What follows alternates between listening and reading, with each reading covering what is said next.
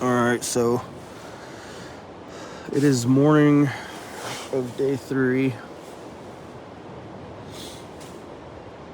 I'm not going to go through the whole introductory thing at this point.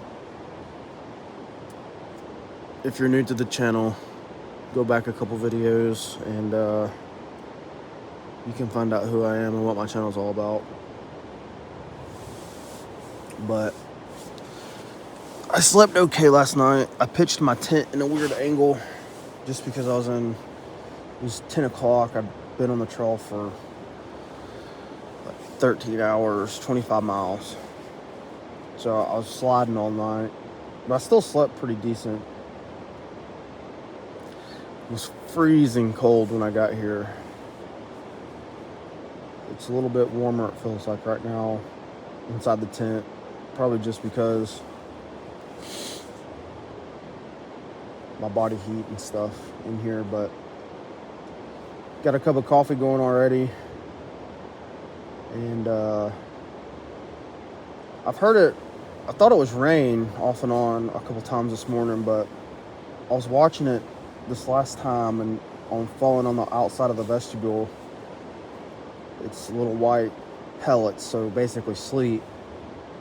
My wife and my mom texted me yesterday, said that there's a good chance of snow up in this area today and probably into tonight, I guess.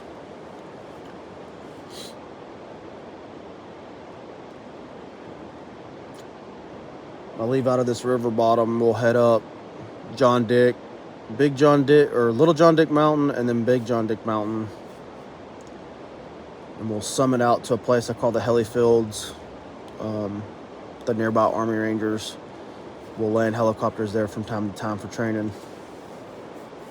And then we'll drop off Big John Dick down to Three Forks, where we'll pick up the AT and start heading north. I'll definitely be on the AT today at some time. I don't know where I'm going to end up.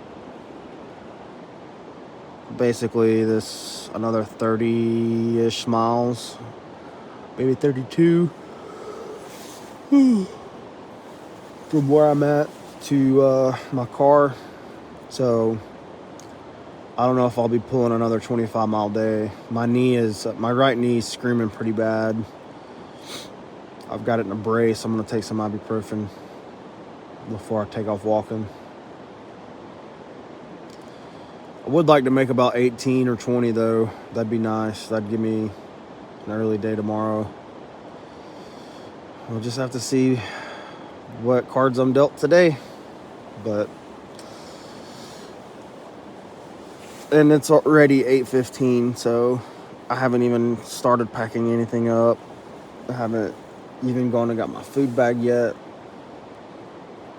This may be one of those mornings where I just eat a power bar and as I'm walking, because honestly I really don't feel like cooking. Reality's the trail life, I guess. Anyways, I'll catch up with you guys in a little while when I'm walking.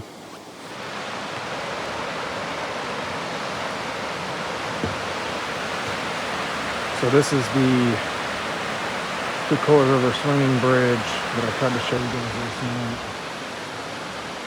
It's obviously that right down there in the bend is a rapid called Margaret Strath.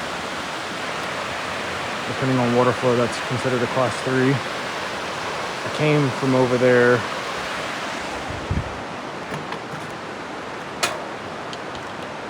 and it has been snowing this morning.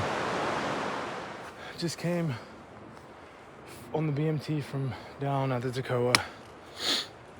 I mentioned that it was sleeting when I was laying in my tent earlier, and as you've seen in the last clip, pretty much the entire time I was breaking down camp, it was actually snow flurrying. It stopped now, and the sun is actually peeking over the ridge. It's actually not that cold. It's considerably warmer than what it was when I arrived at camp last night. But wanted to take a minute to address a couple of things that I mentioned yesterday that I never elaborated on. The first thing was when I got to Sarvis Gap, I mentioned that there was water there. I showed the sign on the tree. And then I said, unless you're extremely experienced or very well at reading terrain, I would not go down there to find water. And the reason I said that is because it seems like as I was hiking, I realized that basically from Wolfpen Gap to Mulkey Gap seems like the most popular area of the Duncan Ridge. It seems like it's used the most. I had no problems following the trail. It was blazed semi-okay, but again, no problem following the trail. Once I crossed over Mulkey Gap, the trail was blazed pretty good to the top of Aiken Mountain, but pretty much from Aiken to Wolfpen, or I'm sorry, to Fish Gap, was really overgrown. There was blowdowns everywhere. It wasn't blazed that well. And then from Fish Gap to Sarvis Gap, I actually ended up getting off trail twice. One time was pretty bad. And you ask, how do you do that? You're a pretty experienced hiker. Yeah, I am, but when you have all this leaf litter on the ground and the trail's not been used, there's no upturned leaves, you can't see where people's been walking, and the trail just essentially disappears. You know, it took me a good 30 steps in there to realize, hey, you know, I'm off trail. And what it was is the trail had actually turned and went up the hill, and I was pretty far down below it. So I pulled out Gaia, and I could see the difference on the contour lines where I was at versus where I needed to be. So I just walked straight up the hill back to the trail. And then the second time I got to the top, actually coming down to Sarvis Gap, I believe it was, the trail was telling me to go straight off the mountain. And so I went straight off the mountain, and there was no trail there. There was no blazes. I couldn't see where anybody else had went. And eventually, by looking at Gaia, I knew that I would come into the trail again. But eventually, I came into the trail again, coming in from the right and going to the left. I have no idea where the trail turned. So, just basically from Mulkey Gap to Rhodes Mountain is very unmaintained. I don't think it gets used a lot. And unless you've been on that trail and you're familiar with it, it's one of those times where I would just stick to the trail. And that's kind of the reason why I pushed on to Toccoa last night, was because I didn't really want to be wandering too far off the trail there. Even with Gaia and stuff, I mean, I'm not really going to get lost. Between Gaia and my Garmin, I mean, it would be extremely difficult for me to get lost. But it's just, and it's time wasted that don't need to be wasted. So the second thing I wanted to talk about was, I mentioned right at the very last of yesterday's video that I took a pretty tough fall going down Walla Mountain. And so basically, sorry, I'm just trying to look at my hiking stick here. Had something I wanted to show you guys. Okay, so basically, I was coming down from, I had summited Walla. I was coming down to Highway 60. It's not the steepest, but it is pretty steep. And I was at a step down part. I stepped down and put my foot on a rock. My foot slid. It's a common thing. And usually I just let my foot slide till it hits dirt. Then I catch my balance and then I move on. Very rarely have I ever fallen. Well, this particular time, my foot slid, and when it hit the end of the rock, it was wet leaves, and my foot tried to go out from under me. So I tried to step to catch and balance myself, and realized that I was going to end up falling with my foot being under me. So like almost if I was stretching my quad. And I knew that was not what I wanted to do. I didn't want to experience a hyperextended knee or a twisted knee or something like that. So I ended up going forward. And after it was all said and done, I was confused because I couldn't figure out what happened, because I knew I'd put my poles out. And so basically what happened was I went forward to keep from falling back and extending my knee, and I got pitched right over basically on top of my head into a briar patch and kind of off the side of the trail down the cliff. Took me a minute to gather up enough strength to set up with the pack on my back and stuff, and I ended up crawling out, and I had to dig some thorns out of my hands. But take a look at this. I did in fact put my pole down. This is what had actually happened. Let's see if I can find it again. It was on one of these guys. So you see those scratches? Basically what happened is when I put force down to stop myself, the clamp didn't hold and it collapsed all the way down to that clamp. And that's no fault of Black Diamond. Other than that issue, the poles have been fantastic. That's a fault of mine for being out that late, hiking in the dark in the freezing cold, hungry, thirsty, making silly mistakes. But that just goes to show, you know, that could have ended much more worse than it did had I not been, you know, a little bit self-aware. That could have been, you know, a hyperextended knee or a twisted knee or a broken ankle or a broken wrist. You know, I could have fallen and smashed my face on the rocks. And that's one of the reasons why I try not to hike after dark. I mean, it could happen during the day too, but, you know, after a 20-mile day, you're already exhausted, especially on Duncan Ridge, all that elevation gain. You're tired, you haven't had any water all day because there's no water up there. You just make silly decisions. Just goes to show that, you know, in a split second, your whole day could change.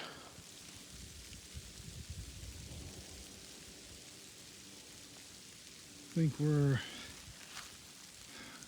making our way up Big John Dick, and this cloud cover came in. Temperature dropped considerably, and it is sleeting / snowing pretty heavily. So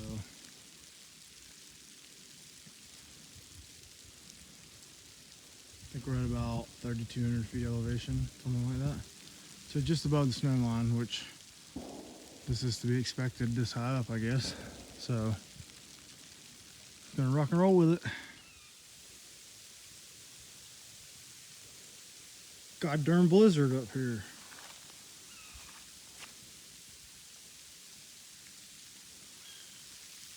Starting to get white. Hadn't even made it to the top of the mountain yet. All right. So it's been quite a few hours since I've updated everyone. So I figured right here would be a good place to do it. This is a pretty interesting area. It's been a pretty aggravating morning. And the reason why is because, so the sun was shining for like 10 minutes. And then the snow clouds rolled in, and it's basically been snowing off and on the rest of the day. It's actually snowing right now.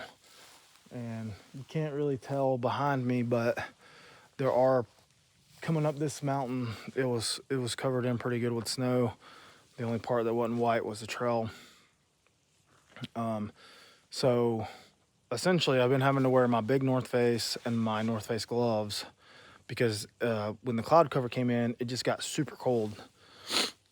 And the reason why that's aggravating is because climbing, I'm having to stop, wait a little bit, climb a little more, stop, wait a little bit, try to regulate my body temperature so I don't get too hot. And then on real steep climbs, I'm having to pull the beanie off, pull the gloves off, unzip, get some air. Then I summit the mountain and start down the other side, and it's like the wind's blowing 100 miles an hour, it's snowing, it's freezing, I'm having to zip everything up, put everything back on. It's just been real aggravating. So what I wanted to show you guys here where I'm at is this, I guess technically it's a bald, I call it a pasture, but it's pretty big. It goes off down that side pretty good ways. It's pretty wide. The trail goes straight across. The cool thing about this pasture is I call it the helifield. I don't know what the technical name is. I kind of browsed around on Gaia a little bit to see if there was a technical name for it, and I could never find anything. But basically, the Army Ranger Mountain Division is like a couple mountains over, and they use all of these surrounding areas to train the upcoming Army Rangers. And if you're lucky enough, sometimes you can be here when they're training, and they will land a helicopter out here. And I've been lucky enough to see it twice. The first time they landed a chopper, a bunch of dudes jumped out, ran around, got back on the bird, and took off. And then the second time they came in and hovered right above the trees, roped down, dropped the ropes, helicopter flew away. They did like a little rendezvous thing. They gathered up the ropes, and then just in a little bit, the helicopter came back. They all got on and flew off. So it's actually pretty cool. I imagine it's hard to catch. I don't know how I've been lucky enough to do it twice, but I have read where other people have also been here when that happened. And because they do a lot of training out here, you can find a lot of cool stuff that they drop or leave. Excuse me. That they drop or leave. So I've got a couple of spent frag grenades. I've got some spent ammo belts. Picked up a bunch of MRE packs that they leave behind. And I actually, probably 2 or 3 miles back, I took a picture of a camouflage mechanic's glove right in the middle of the trail. And you could tell it was one of the Army Ranger guys. They had the fingers cut out of it, and they had the Velcro straps cut out. And so one of the trainees must have dropped it out here, but I'll insert that picture now. Again, this area is pretty cool. Another thing that's been aggravating me all day is, for whatever reason, I have been under the impression, and I don't know why, because I've hiked this section a couple times, but in my mind, when I left the bridge this morning, I was thinking that I only had a 3 or 4 mile hike to Three Forks. And so I'd be hiking along, and eventually I'm like, man, where's Three Forks at? I should have been there by now. And I'd round a bend thinking I was gonna be at Three Forks. Nope. So finally I took like a 10-minute break back there, adjusted my socks, used the bathroom and stuff. And I pulled up Gaia and got to looking, and the reason why I'm not finding Three Forks is because it's like 11 or 12 mile hike from the bridge. So up until that point, I was like, man, I was getting aggravated. And I'm sure other people have experienced this too. Like when you're trying to make miles and get to a certain location, but you're never getting there. That's what I was feeling. But then after I looked on the map, I was like, okay, well, that makes sense now. But currently at this point from here, it is a mile down to Three Forks. And that'll be a pretty big turning point, because I'll grab the AT at that point and start heading back north. That'll be kind of the last leg of this whole entire loop. So we're not too far away from jumping on the last leg here and making some miles on the AT. So I'll update you guys later. Just crossed the field. You can see it's getting pretty white.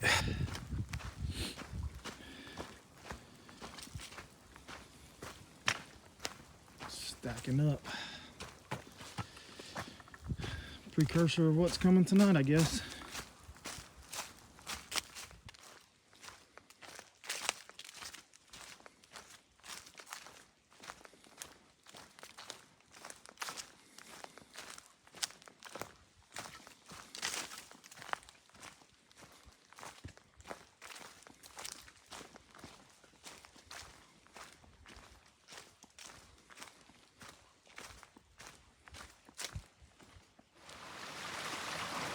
No one else has been here today. I get to be the first footprints.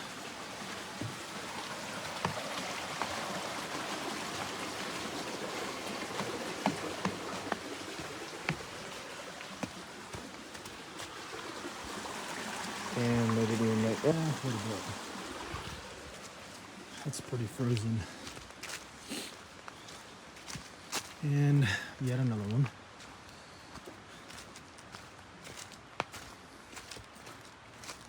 Also, no footprints. Yeah, this stuff's nice and frozen. Probably got tar paper down. Try to help it grip.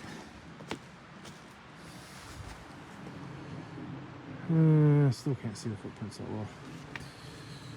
Let's see what these signs say.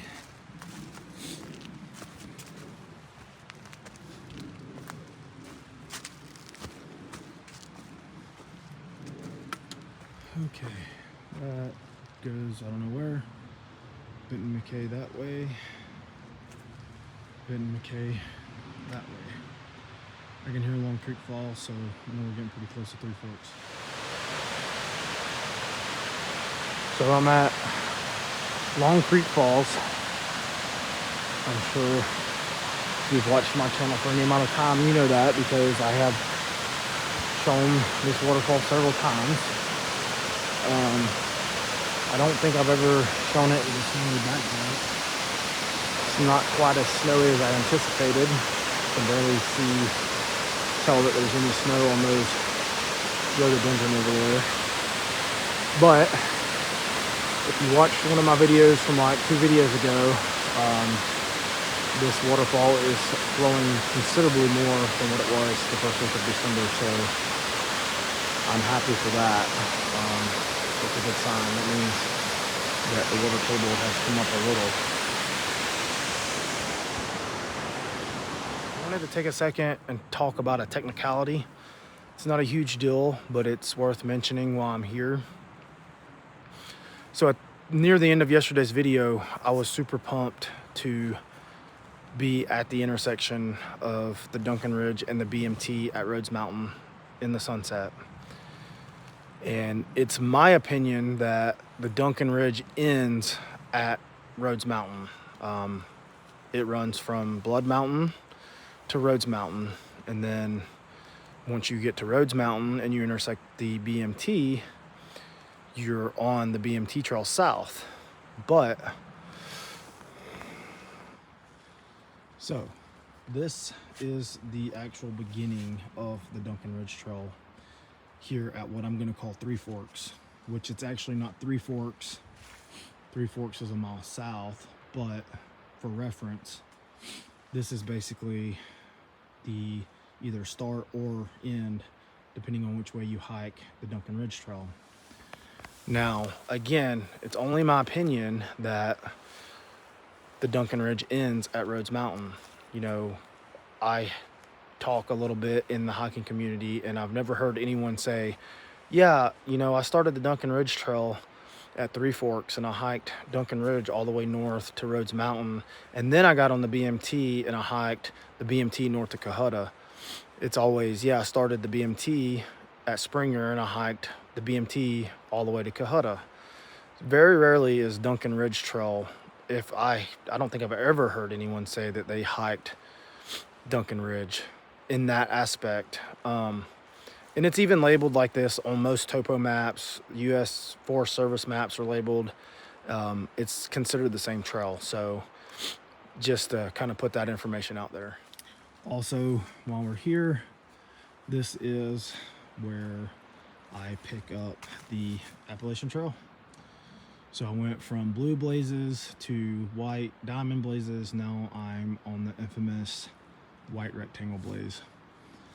Originally, my intentions were to hike to Three Forks and then all the way to Springer, circle around on the BMT from Springer and hike it back to here, and then hike this way. But because of the circumstances and the amount of time I've already been out here, I'm going to forego that, and I'm going to just jump on the AT here.